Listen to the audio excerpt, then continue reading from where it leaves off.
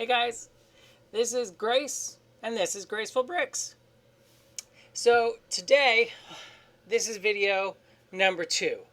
I never thought I'd be doing YouTube videos, let alone a second one, for the third time. That's right, I've recorded this video 3 times. Wait, I didn't record it the first 2 times. I forgot to hit record the first time, and then the second time the lighting went all funky, so we're going for lucky number 3. Today I want to talk to you about the out of my head sculptures. That's these guys here and these guys up here.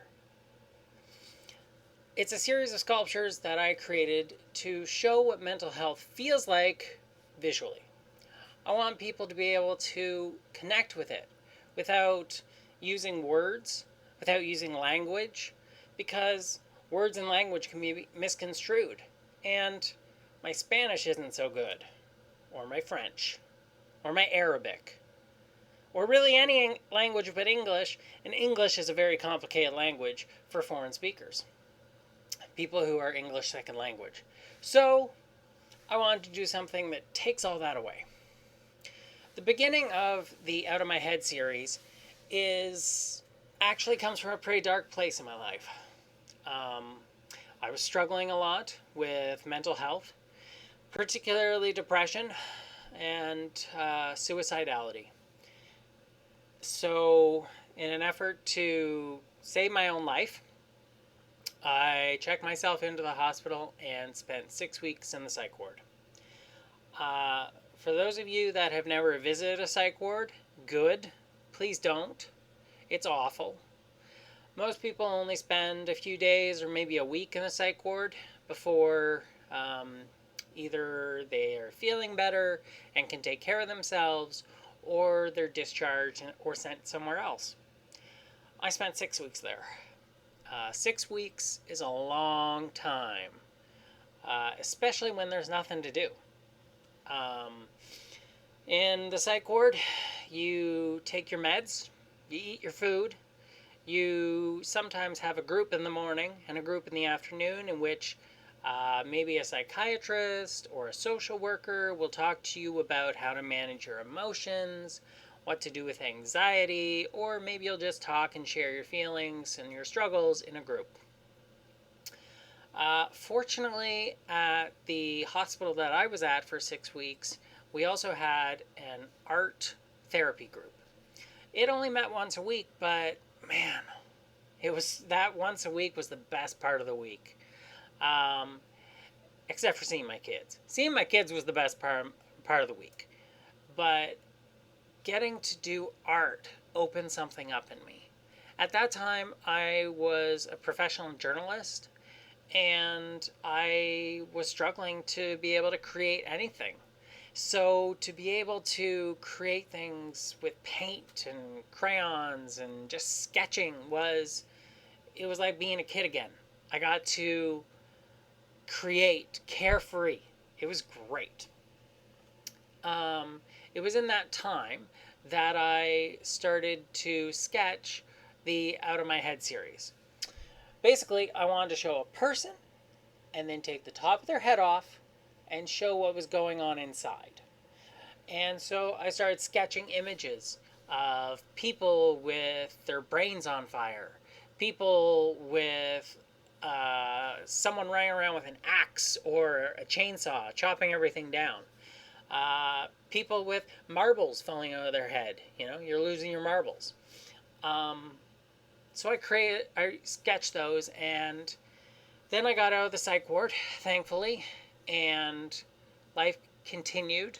And a few years later, I was firmly in love with Lego, and I decided that I should start creating these out of my head sculptures in real life, so that people could see them, they could touch them, they could appreciate them. So I did. These 2 sculptures are the first 2 that I ever made. This one is the first one I ever made.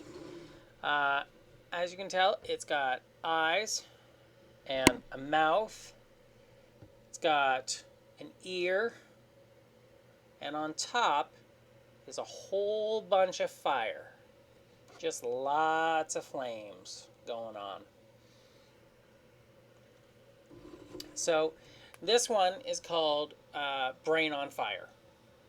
And I created it because I wanted to talk about how sometimes you can't do anything to help. Uh, it's like being in a house fire. You know, after a certain point, it doesn't matter what you do, everything's lost. Uh, but unlike a house fire, you can't escape. It's your brain. You're stuck in it. And everything's burning up and you can't do anything. Or maybe you want to burn everything down.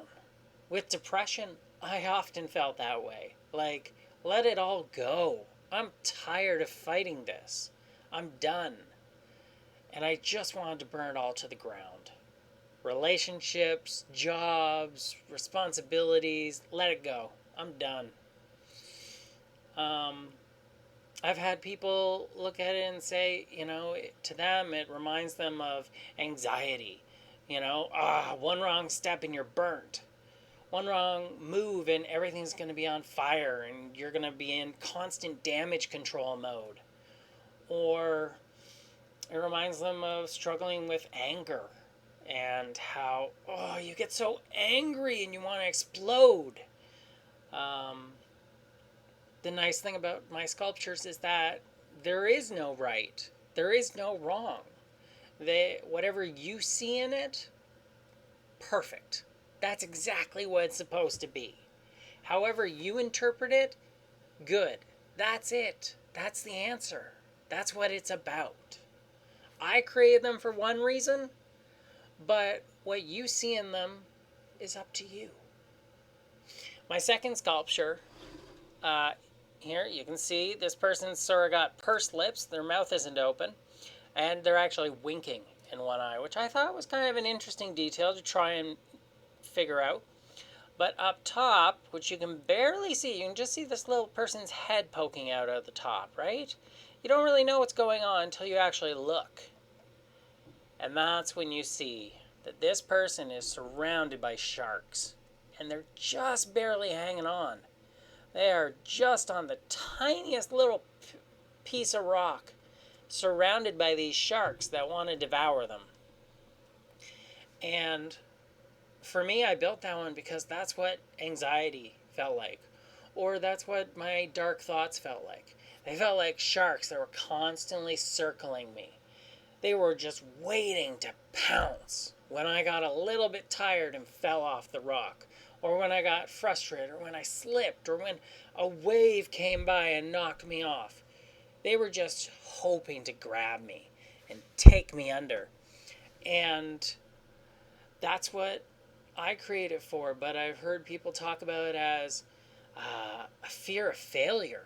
You know, you got to do everything right. If you do one thing wrong, then the sharks are going to eat you whole and everything's gone. Or you're worried about your own mind, waiting for things to go under. So I created these two sculptures, and after I had created them and two or three others, I had about 5, I took them to my local brick show. So it was a Lego convention, and it was held in Toronto. It was called BrickFest, and I had been to it one time before, and I had never taken anything like this.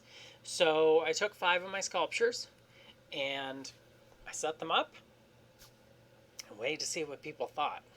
I stood around beside them to sort of explain what they were to people, perhaps to deflect negative comments, or maybe just to explain, what the goal was with them. I didn't know if people would understand them, or if they would think they were weird, or if no one would even notice them.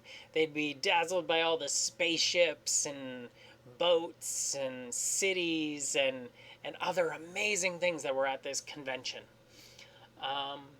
But I did have a lot of great people that stopped by and were interested in my work and would comment on them and talk about their mental health struggles or what's going on in their life. And what I discovered was that these were great conversation starters. One memory I have in particular, there was a small family. There were three boys. I think the oldest would have been a teenager. The youngest one might have been 8 or 9, and their mother walking around. And they stopped and talked to me, and the mother actually self-identified as someone who struggles with mental health issues. And then they proceeded to each of them pick a head that they identified with and to talk about why. Why did this one feel like them? What was it that made them go, yeah, this feels like me?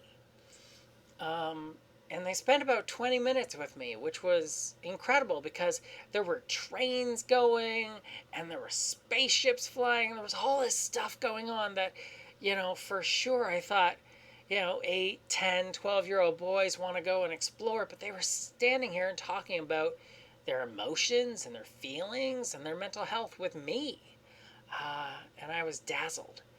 And they eventually did leave and go walking around the show, but just before they left, the mother stopped and said to me quietly that her youngest son, in her words, struggled with extreme autism and had never once to anybody talked about how they felt in their head.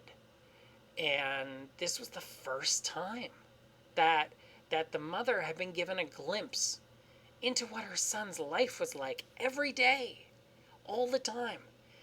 And I just felt so honored to be the conduit for that kind of discussion to happen. So since then, I've made so many more sculptures, as you can see behind me, and I take them out to any show I possibly can. I take them out to public art events. I take them to different conventions and maker fairs, whatever I can. But obviously with COVID the past year, none of that's been possible. So this is my effort by doing these videos to be able to share some of what's going on with me and what these sculptures are about with you. So I would love to hear what you see when you look at them. What do they bring up for you? How do you feel? What are your struggles? And have you found ways to express those or to create them, to make them more manageable, or even to share them perhaps? And what do you love about Lego? Because that's ultimately what this is about for me, is Lego and sharing our lives together. So please feel free to like this video, to share this video, and to subscribe so that you can see future videos, because I've got a few more heads to share with you. So please stay tuned for all the rest of the Out of My Head series. And thank you so much for being here today. I hope you have a great day. Hugs, and be well.